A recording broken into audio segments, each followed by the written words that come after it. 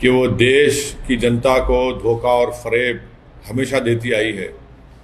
तो आज का ये नाम निहाद सो कॉल्ड जो दिन मनाया जा रहा है वो एक धोखा और फरेब है। हम ये पूछना चाहते हैं कि कितने मुस्लिम महिलाओं से आपने इंसाफ किया, बताइए। नजीब की माँ आज भी अपने नजीब के तलाश में तड़प रही है। जुनैद, जिसको हरियाणा में चलती ट्रेन में लोगों के सामने उसका कत्ल कर दिया गया, आज भी उसकी माँ उसके इंसाफ के लिए तड़प रही है। लाखों की तादाद में मुस्लिम महिलाएं ने CAA का कानून के खिलाफ, NRC NPR के खिलाफ एहतजाज किया। आज भारत में सबसे ज़्यादा अगर इलिटरेट है फीमेल्स में तो मुस्लिम महिला हैं, उसके लिए मोदी सरकार ने क्या किया। सबसे ज़्यादा अगर ड्रॉप आउट होता है तो मुसलमानों का और उसमें मुस्लिम महिलाओं का। तो क्या आपने ये क़ानून बनाकर एक धोखा दिया है? ये क़ानून अनकॉन्स्टिट्यूशनल है, इसीलिए सुप्रीम कोर्ट में इसको चैलेंज कर दिया गया है। ये इक्वालिटी के ख़िलाफ़ है, ये मुस्लिम लोगों को डिमोनाइज करने के लिए क़ानून बनाया गया।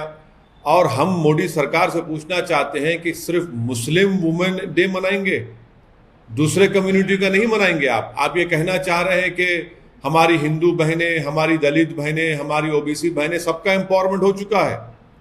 क्या आपका ने रिकॉर्ड है, बताइए। तो ये सिर्फ धोखा और फरेब है। इस कानून से मैंने कहा कि उल्टा मुस्लिम महिलाओं का एक्सप्लॉयटेशन होगा, धोखा होगा, वो और परेशान होंगी और किसी को इंसाफ नहीं मिलेगा। डिमोनाइजेशन होगा मुसलमानों का, सिर्फ केस बुक होगा, उसके बाद कोई इंसाफ नहीं होगा उन लोगों पे। तो ये हमेशा इनकी आदत रही है धोखा देने की, फरेब देने की, और ग्राउंड पर इसका कोई, ना तो मुस्लिम महिलाओं ने, मुसलमानों ने इसको एक्सेप्ट किया है बल्कि इसको रिजेक्ट किया है। तो ये इसकी हकीकत है।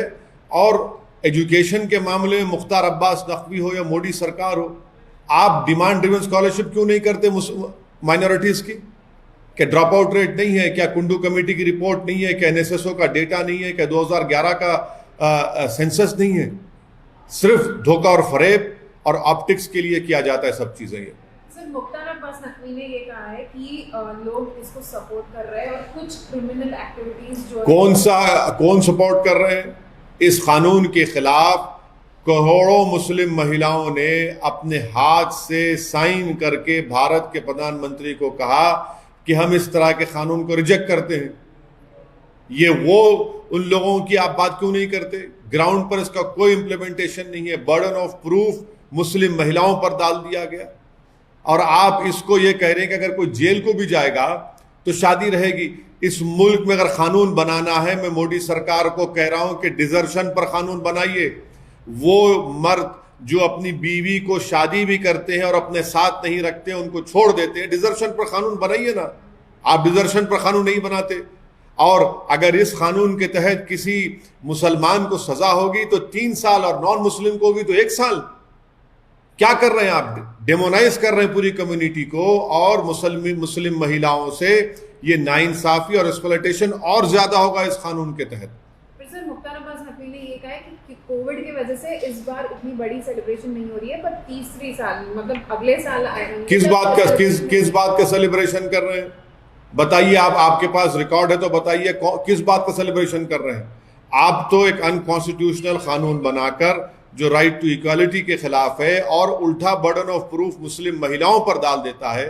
इस देश को जरूरत है तो डिजर्शन के खिलाफ कानून बनाने के लिए, जो इर्रेस्पेक्टिव ऑफ रिलीजन कास्ट सब पे अप्लाई होगा। वो कानून नहीं बना रहे। ये सिर्फ धोखा और फरेब है। इसका इंसाफ से दूर दूर तक कोई ताल्लुक नहीं है। बीजेपी के लीडर्स ये कह रहे हैं कि PM मोदी के जो हर एक डिसीजन है वो सारे इंप्लीमेंट हुए हैं, चाहे वो राम मंदिर हो या आर्टिकल 370 का रिप्लेसमेंट हो या फिर रिडक्शन 80% रिडक्शन इन ट्रिपल तलाक केसेस। कौन सा 80% है? कौन सा डेटा है? बताइए। चलिए देश सामने रखिए। कहां से लाए डेटा? ये डेटा तो आपने अपने घर में बैठकर, बीजेपी के दफ्तर में बैठकर बना लिया है। ग्राउंड पर एक्चुअल रियलिटी है कि मुस्लिम महिलाओं का एक्सप्लॉयटेशन हो रहा है इस कानून के तहत। बर्डन ऑफ प्रूफ मुस्लिम महिलाओं पर है और शादी भी खत्म नहीं होती उसकी। तो ये एम्पावरमेंट अगर मुसलमान और मुसलमान महिलाओं का चाहते हैं तो आप नजीब की माँ से इंसाफ करिए, आप जुनैद की माँ से इंसाफ करिए, आप पीलू खां के घर वालों से इंसाफ करिए, आप अखलाक के घर वालों से इंसाफ करिए, आप अकबर खां के घर वालों से इंसाफ करिए, अलीमुद्दीन अंसारी के घर वालों से इंसाफ करिए, जो जिनको गौरक्षकों ने मारा, उन खातिलीन, उन कन्विक्टेड लोगों को बीजेपी के लोग जाकर फूल का माला पिनाते, और आप आकर हमको कह रहे हैं कि आप मुस्लिम महिलाओं से इंसाफ कर रहे हैं। डिमांड ड्रिवन स्कॉलरशिप आप नहीं करते, इलिटरेसी रेट हाई है, कुछ नहीं करते, और आप सिर्फ एक धोखा और फरेब की इनकी हमेशा सियासत रही है, उसी पर बीजेपी चल रही है। सर, हिंदुस्तान के टैक्स पेयर का करोड़ों रुपया बात कर रहे हैं, आप अपोजिशन के लोग नहीं गए, तो आप भूल गए सुषमा स्वराज ने क्या कहा था कि पार्लियामेंट को चलाने की जिम्मेदारी सरकार की है। डिबेट करवाइए ना, क्यों सरकार डर रही है? 300 MP रखकर भी सरकार पेगासस के ऊपर डिबेट नहीं करना चाहिए, क्यों डर रही है? क्या छुपाना चाह रहे हैं आप? हम यही सवाल कर रहे हैं। आप चलाइए पार्लियामेंट को, हम चलाने तैयार हैं। आप चलाना नहीं चाहते, आप दिन में अपने बिल को पास करना चाहते, ये डेमोक्रेसी है क्या? पार्लियामेंट को चलाना सरकार की जिम्मेदारी नहीं है। अपोजिशन अपनी बात को रखेगा, आप सुनिए, आपको एक्सेप्ट करना है मत करिए, मगर हमको बात रखने का तो मौका नहीं दिया जा रहा है।